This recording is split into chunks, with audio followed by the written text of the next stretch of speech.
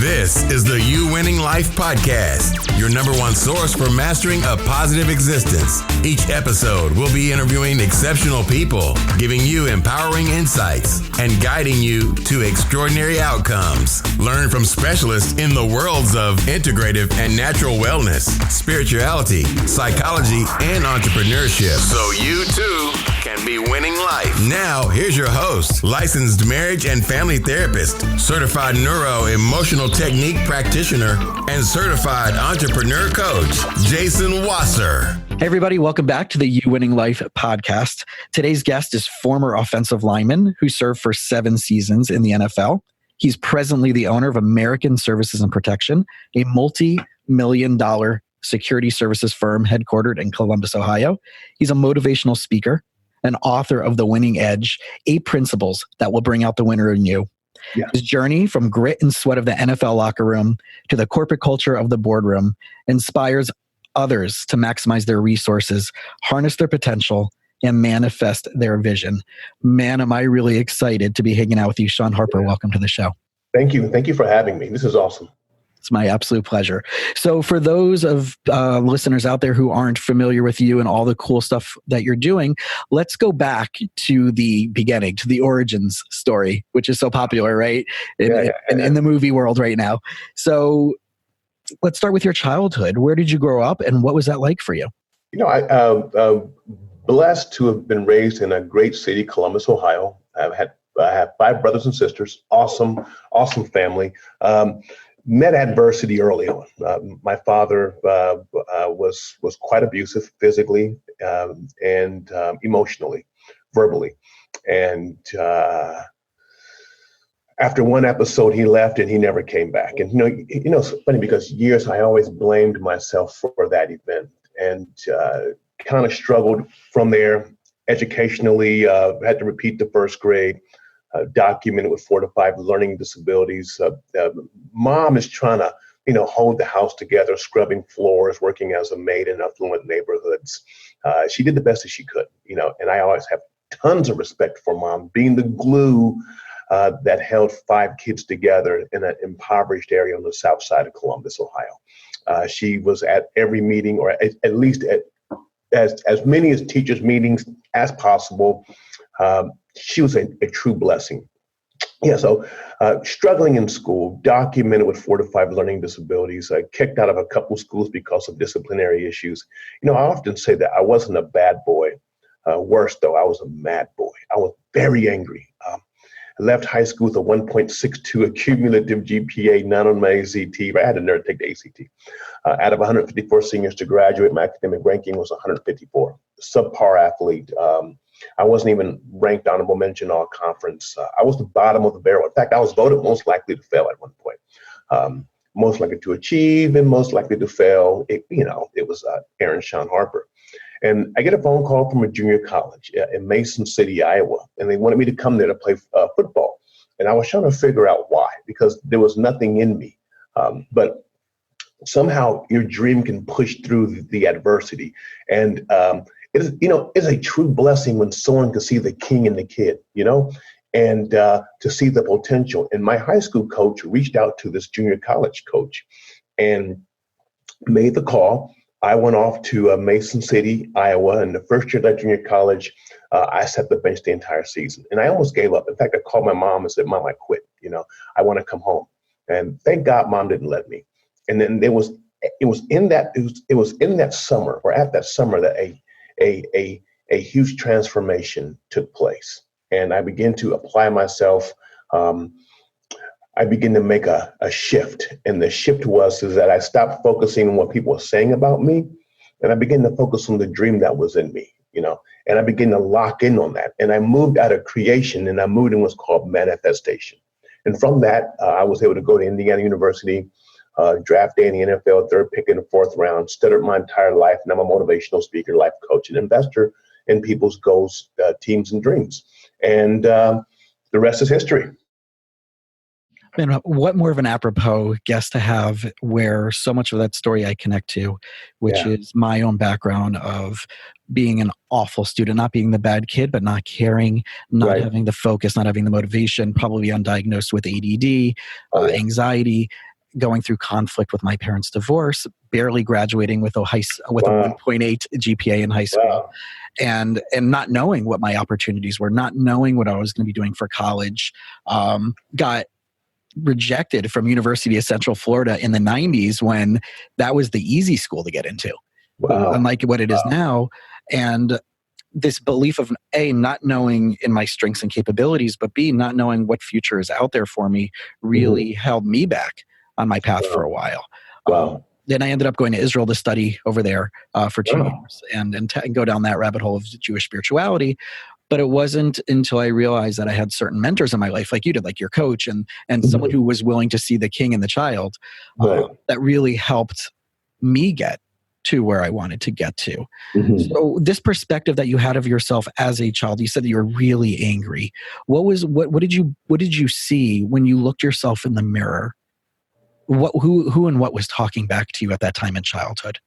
I saw the struggles in class. I saw the fact that I was different. And that doesn't sound like a big deal, but it's huge, because society at one point hates individualism. They love conformity. But at the same time, they praise people who are outliers. And so at one point in your life, they're trying to bring you into, to become civilized. And to me, that's a bad word. You're civilized, which means that you're under the authority of civilization. You can accept it. But then if you're able to push past that and push past being normal and to embrace the fact that you're never meant to blend, then they will praise you for being different. James, best basketball player in the NBA. Or you will love why? Because he's the best athlete. Or you'll love Mr. Bill Gates. Why? Because he's one of the richest men in the world. He's an outlier. So they criticize you on one end and then they admire you on the other. And so I think the trick of it is that self-actualization and self-realization and self-acceptance is that I'm not created for the system. I'm created to change the system. And once you are able to embrace that and to pull from that, then you become, for all intents and purposes, indestructible, unstoppable. So for the average kid, the average young adult who struggles with that belief, what would be that first step to allow them to pivot towards starting to own that, starting to buy it? I think the first thing, there's a couple things. Number one is that you have to realize that you're here for a season and you're here for a reason. You're not an experiment. You have a divine purpose, call, and plan. Number two, you have to realize that the mere fact that you're even listening to me or that you are alive, it means that you're a winner. So this is my theory, right? This is my theory. I believe that in the DNA of every single human being is the fabric of winning. It's what we do. It's what we are, which is why we love winning football teams. If your favorite football team lost every game for the next 5 years, trust me, you would not be at that game. But if they're winning every single game, what's the difference? You're attracted to winning. When we play video games, the gaming industry is built off of that gene, the winning gene. Gambling is a multi-billion-dollar industry. Why? Because you love winning. When we were kids, we played winning games. In fact, this is going to be kind of controversial, but there's a lot of talk about racism and race. By the way, in my opinion, there's only one race. That's the human race, right? But we talk about racism, but when you never hear about that, it's on Saturday afternoon at a football game. Why? Because I don't care if you're white, green, black, red, purple, win. If you can throw that ball, if you can catch that ball, if you can run that ball, man, hey, win. You're excited. We'll worry about everything else later on. It's deeper than that. In fact, your win is deeper than your why. And because your why is your motive and your win is who you are, your state of being. You're one of 2 or 3 million sperm cells that fertilize the egg, right? So you're a born winner. But somewhere along the line, they teach another word. It's called success. That's where people get thrown off at.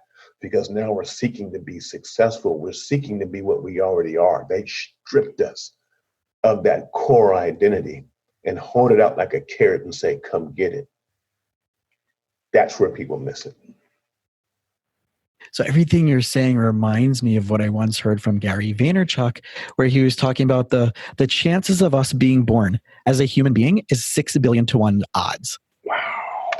And right, you could have been born a rhinoceros's rear end, the cell of a, right? But it's a 6 billion to 1 chance that we were born as a human being. So just owning that, exactly what you're saying, can give us a place to start from of gratitude, right, and hope. That like, okay, so if I wasn't born a rhinoceros's butt, then what am I here for? Right. Right. And I also love the idea of what you were saying, where I've heard this from so many people in the entrepreneurial world. Right. It doesn't matter your background. It doesn't matter your culture. It doesn't matter your race. It doesn't matter your whatever. The market will decide if you have a winning product or not. Yes. That's true. So this idea of believing in ourselves that we are that product, we are the winning product, ties back into part of your story, is that when did you really own that you yourself were a winning product, that you knew that there was something bigger and greater beyond Indiana, when the NFL became a possibility for you? So, I remember I was at Indiana University. And a guy, he just had to be a prophet, right? He was my fraternity brother. He just looked at me. He said, you know what? You're going to the NFL. I'm like, get out of here. He said, bro, you're going to the NFL. And he just walked away.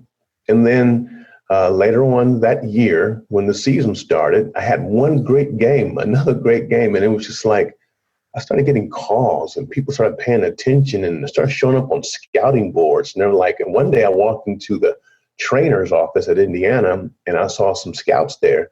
I said, hi, I'm Shawn Harper. They're like, yeah, we know who you are. We're watching you. I'm like, there it is. And then the rest is history. Yeah. Incredible. What was that moment of recognition, right? What was that moment of recognition for you when they said that? When they're like, we see you, we acknowledge you, we find that you are, what was that like for you? You know what? Every seed needs validation. Every seed needs confirmation. And when that was spoken, we see you, the seed was confirmed. Now I have legal right in the atmosphere, in the spirit, to change my focus. That is what you see, and that, since you've acknowledged it, now I can legally acknowledge it. It's weird, but it works like that. Yeah, completely. And I think that's why so many people out there are looking for these influencers or social media, because there's a part of them of those people that they're looking up to that they're trying to own for themselves. And I think that's why people gravitate to certain people out there, right?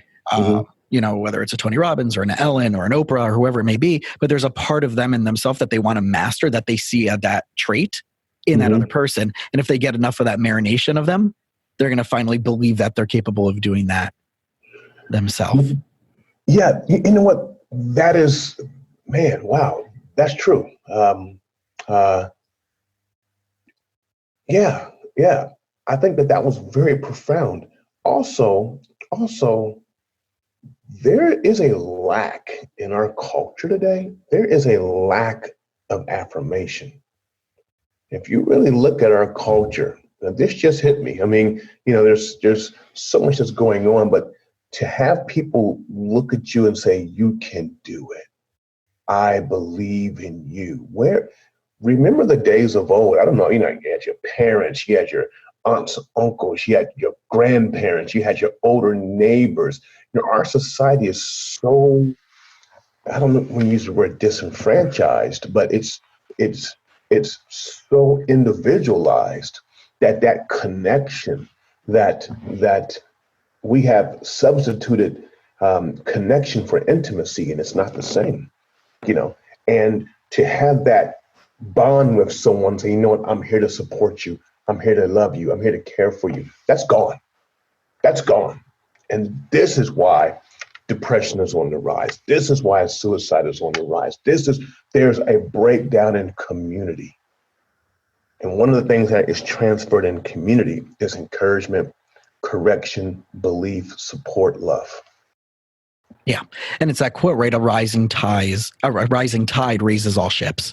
Yeah. And when you build a community and everybody's buying into each other and everybody's uplifting each other because there's mutual mission statement, there's mutual values, mutual respect, then everybody's truly going to benefit from that. And I remember back in high school when I was struggling with academics, and although I was super involved in a youth group through a network of synagogues, and I was on a board member and leadership position, one of the advisors from a different synagogue came to me and was like, just go to Israel.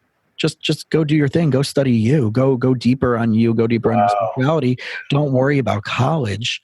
And the crazy thing is when I was away the first year, my freshman year, he actually was killed in a car accident. Wow. And I found out a month later after that. And the amount of, one, gratitude for him believing in me and saying, be you. And two, the amount of intentionality I had to commit to learning more about me was inspired by David Lindenbaum. And to have someone literally pull me aside out of me, I remember the exact moment because it was the same weekend that Isaac Rabin was assassinated. So we're talking about beginning of 1995, 96, that school year. And to have him say that and pull me aside, kind of like that scout said to you, really was an affirming validation of better out there. Yeah. And what do I have to own? What do I have to work on for myself to become my potential? Yeah. You know what? It's now that you mention that, I remember being in the fifth grade, and my fifth grade teacher made me go and read a stupid poem, right? This stupid poem over the intercom, like at the principal's office. And every one kid from each class had to go read a poem. And I wrote something like, "Star, you go far in a car," like 2 or 3 sentences, you know. And I read this poem, and when I walked back and the teacher was like, "I'm so, that spark," and I'm saying that not to be self-centered or myopic, I'm saying that it's because people with authority and influence, you have no idea what a word, just one sentence can do to a young person or anybody. You can change the trajectory of their life off of a single phrase or word. Be mindful of that and be open to allow God's love to shine through you to impact others. And if we tap into just that teaching on a spiritual level, we know that if we go biblical, that the world was created with the utterances, right? With God's word, right? Wishing that to be, willing that to be. And whether we want to take it from a religious perspective, a spiritual perspective, or even go to the world of like the law of attraction, right? And people get confused with, if you talk about it, you'll manifest it. But really it's, what is it that you feel about that will manifest that experience. Yes. So if your self-belief about yourself is, I'm not worthwhile, I'm a piece of crap, I have nothing to bring to the table, then you're going to say and speak and do those things. But if you have a feeling that's different, that shift, then you can start speaking differently. Then you can start doing differently. And then other people around you are going to start, whoa, well, that's different. They're just noticing that and give that back to you. You know, what's so amazing is that I'm in the process of putting together a speaking boot camp of learning how to speak of authenticity. Yeah, just to be authentic in your speaking, because that's what's going to sell. That is what people want. People want people to be authentic, because a lot of conferences and a lot of conversations are leaving the big ballrooms of 500 and 2,000 people, and they're going down to webinars, and they have to be able to detect authenticity. And one of the ways to project that is to be in agreement with yourself and in alignment, spirit, soul, and body. So when you mentioned emotion, that's part of your body. So when you speak and when you make a decree, and there is agreement with your words, with your emotion, with your intention, with your thought, that is when you get into the manifestational mode right there. And the key part of that word is motion. Yes. That it's going to allow you to move forward. And then just jumping back from a few moments ago when you talked about the word intimacy, if you break that up into 4 syllables, the word is really into me, see. Yes. See me for who I am. See me for what I'm worth. See me for my value. So I can stand up and rise up and tap into all of that. So, right, the intimacy, see me, will lead people into seeing themselves, which will lead them into feeling good about it, which will lead them into, right, the emotion, which will lead them into motion. Yes. Where does your belief about no excuses fall into this? I believe that excuses are an escape. I believe that when you start generating and throwing out excuses, you are allowing yourself to escape the situation, the purpose, and the process. And sometimes the pain and the resistance that's in your life is there. It's not something that you have to go through. It's something that you have to have. Resistance is a part of the process. Even going back to the Bible, I believe that God knew the serpent was there, right? It's resistance. So anything that you inspire to do, packaged with the opportunity, comes the resistance, because the resistance is what you feed upon to grow up and through the opportunity. You have to have it. It's like a bird that's inside of an egg. A lot of times the mother won't open that egg. The bird has to fight out that egg, because if mama opens that egg, then his wings or her wings is too weak, and it won't be able to walk. It won't be able to fly, and it's dependent upon mama. Yeah. And that's a really, really deep and profound idea, because one of the things I share with my clients is that anxiety and things that provoke you in a certain way are the GPS to your soul and to your true potential. Mm-hmm. That if you try to numb it, if you try to run away from it, if you try to bury it deep down inside of you, you're never going to figure out what the message is that's coming to teach you. And you don't have to, right? It doesn't necessarily have to be, right? We can take it from a psycho-spiritual perspective or a God perspective, or we can just take it as, psychological, right? Whatever works for the person that's listening. But I 100% believe, as a person who focuses on stress and anxiety and using that to maximize potential, is that the more we run away from it, the more we drug it, the more we pacify it, as opposed to sitting down and having conversations with it and saying, what are you here to teach me? Right. Then we're going to miss the entire message. Yeah. Listen to the pain. It's talking. What is it really saying? Yeah. So one of the big experiences that you've gone through was, from the time you started playing sports, was the aspect of teammates and teamwork. Yes. Walk us through the importance of not having to do life alone, whether it's academics, whether it's relationships, whether it's business. What's your approach and perspective on all of that? So it's funny you say that, because I'm actually writing a book on that. The book is practically finished, and I'm talking about, it's funny you mentioned that, is that why most people don't complete their goals is because they lack community. And nestled in that community, there's a team, and in that team is how you're able to pull from other people's thoughts, emotions, energy, encouragement, and to be able to move forward in life. We were created, and we are created as communal beings. We need that. We have to have that. So when you look in history and you look at great people who have accomplished great things, they all had a team. Think about that. I mean, like example, Bill Gates. Like, man, we love Bill Gates. Bill Gates is one of the richest men in the world. Well, who's Paul Allen? You know, very few people know that Paul Allen even existed. It's Bill Gates' partner. Warren Buffett. Oh, Warren Buffett, one of the richest men. Well, who's Charlie? Well, Charlie has been his partner for at least 30 years. No one talks about Charlie. Oh, music. We love Mick Jagger. Oh, Mick Jagger. Oh, Mick Jagger. Oh, Mick Jagger. Rolling Stones. Yeah. Who's Keith Richards? You know, no one talks about that guy in the lead, just sitting there, not saying much, just killing it, right? And so every Martin Luther King, who was Jesse Jackson, who was Ralph Abernathy, you have to have a team.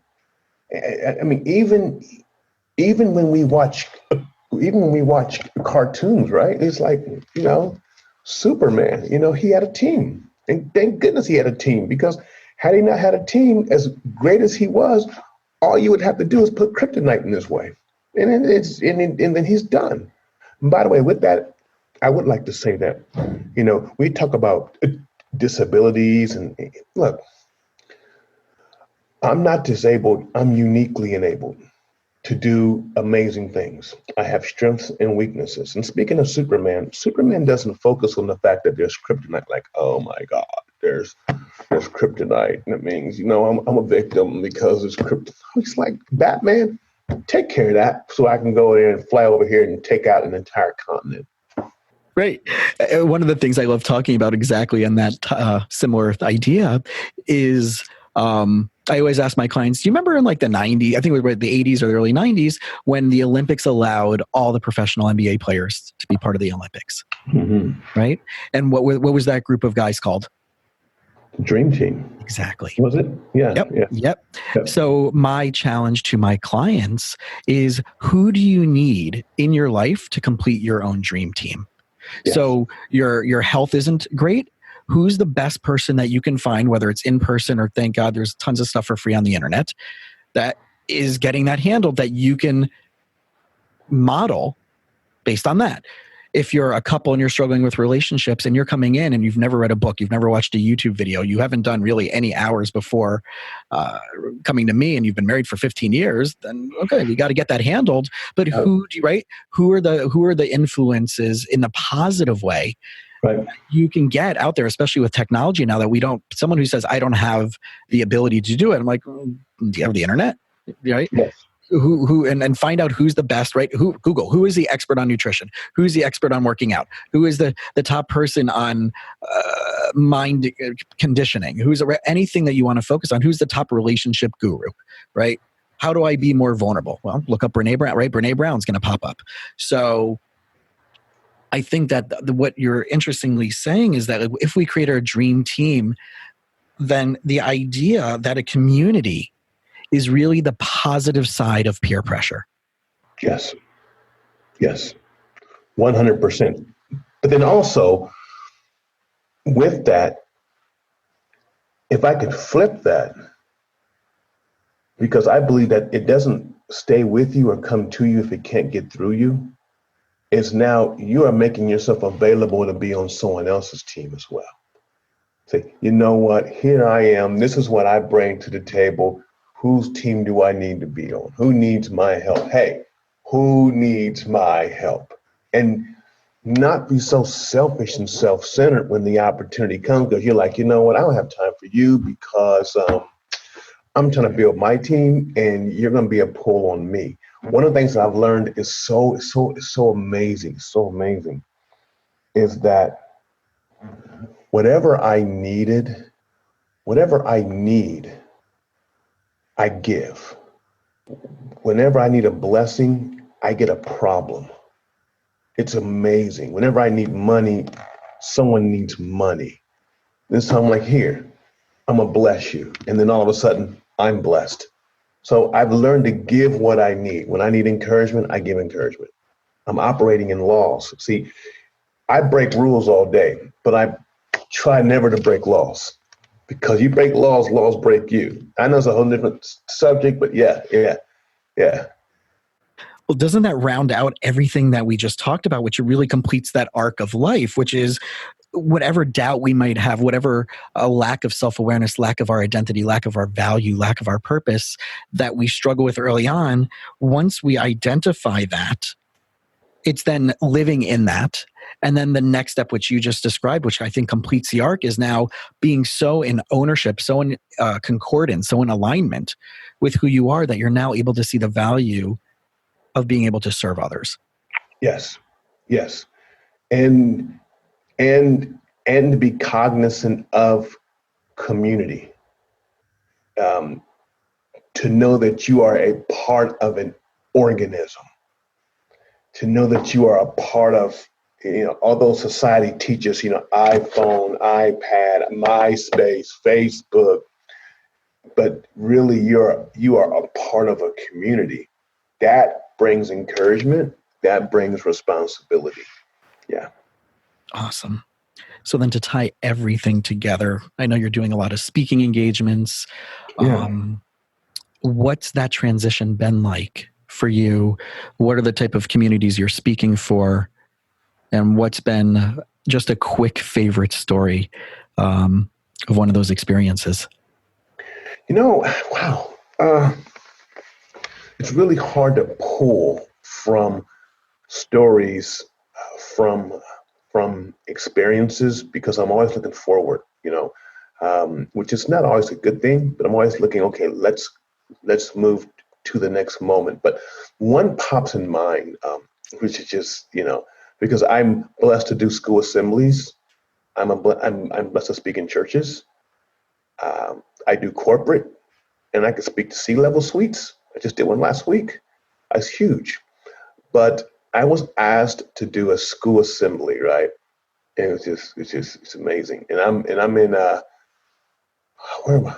South Carolina. I think it's Greenville, I believe. And I'm years ago, I'm doing the school assembly, right? I'm doing school assembly. And so about 4 years ago, I'm in Nashville, great city. So I'm in Nashville. I'm at the Embassy Suites.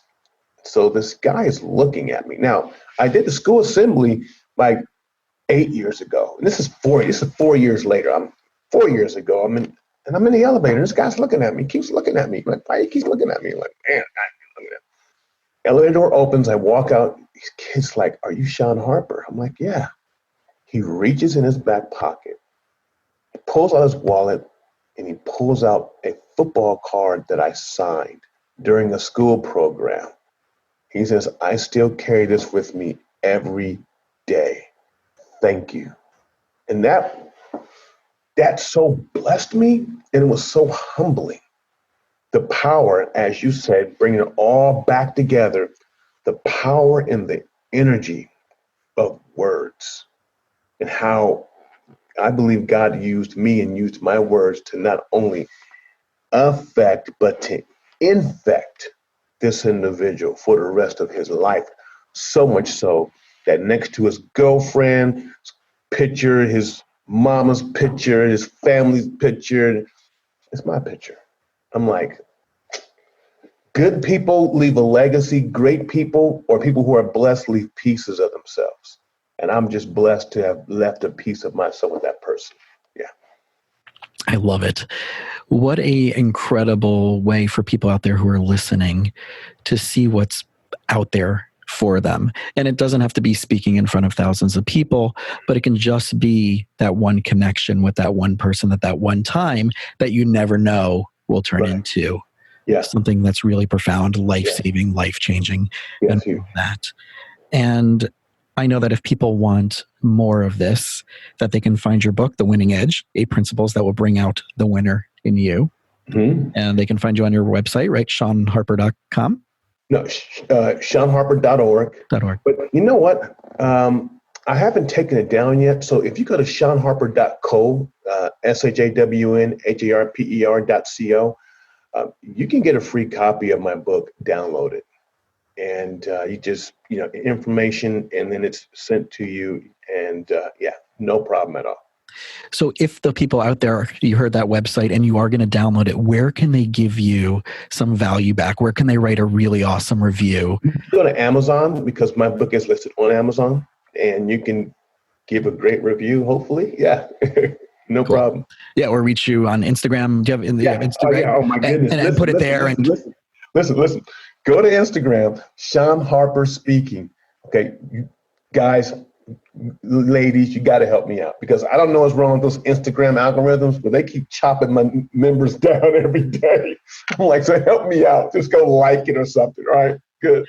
So if any of the listeners out there are an Instagram guru, please reach out to Shawn, give him some love, give him some help if you got any value out of this. And if there's something that you can benefit from either something that Shawn's bringing to the table, which is a ton of incredible stuff, or if there's anything that I can do through my practice, the Family Room Wellness Associates, whether it's therapy or coaching, please connect with us.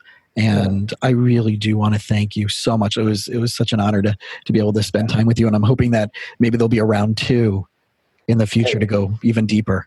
Anytime. Love your flow, love your energy. God bless you. Shalom. Right back at you. Thank you so much. Thanks for listening to the You Winning Life podcast. If you are ready to minimize your personal and professional struggles and maximize your potential, we would love it if you subscribe so you don't miss an episode. You can follow us on Instagram and Facebook at Jason Wasser, LMFT.